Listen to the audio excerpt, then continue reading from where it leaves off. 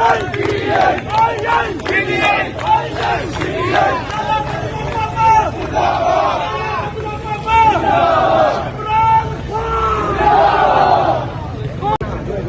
वालेकुम दोस्तों, असी NASC गुजरांवाला लाला सदुल्ला भापे वास्ते कल 5 बजे तो अपनी जित लैके बैठे हैं। 19,000 की साडी लीड सी।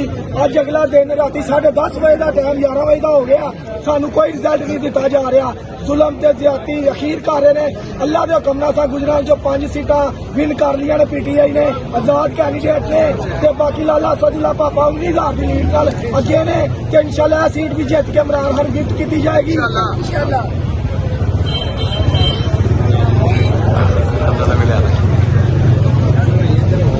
जिस तरह आपने देखा खुरम दस्तगीर को हराया, जुल्फकार भिंडर को हराया, अहमद चट्टा ने हराया चिमा को, ग्रुप को। इस तरह इंशाल्लाह इधर से हम ये जो बैठे हैं भगोरे और ये 2 नंबर शेर, इनको इंशाल्लाह इनकी औकात दिखाएंगे कि ये नकली शेर है। ये नकली शेर इंशाल्लाह पिंजरा जीतेगा और उसी पिंजरे में ये शेर को हम लेके जाएंगे और इसको जिटी रोड की सड़कों पे इंशाल्लाह पूरे शहर में घुमाएंगे इंशाल्लाह।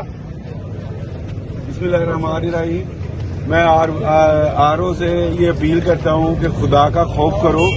अल्लाह ताला के बाद इन लोगों ने अपनी जो इंसाफ की उम्मीद है आपके हाथों में दी हुई है, तो आप कुछ खुदा का खौफ करो। ये 5 लाख जो है वोटर का ये हल्का है NASC, जिसमें लाला सदुल्ला भापा विन कर चुके हैं, लेकिन आपने जबरदस्ती जो है ये रिजल्ट अनाउंस नहीं कर रहे। कुछ ना कुछ खुदा का खौफ करो। आपने इसका हिसाब खुदा को भी देना है, इस मुल्क को भी देना है, इस हल्के के 5 लाख वोटर को भी देना है। हमें मजबूर ना करो कि हम कहीं जो है आपको घसीट कर बाहर निकाले। फिर आप कहते हो कि PTI वाले बड़े बदतमीज है। ये बदतमीज नहीं है, इनको खान ने इनको शौर दिया है। हम अपना हक लेना जानते हैं। इंशाल्लाह ताला नहीं जाएंगे, इधर ही रहेंगे, इधर धरना देंगे, उस वक्त तक नहीं जाएंगे जब तक आप लाला सदुल्ला भापा की जो है जीत का अनाउंस नहीं करोगे।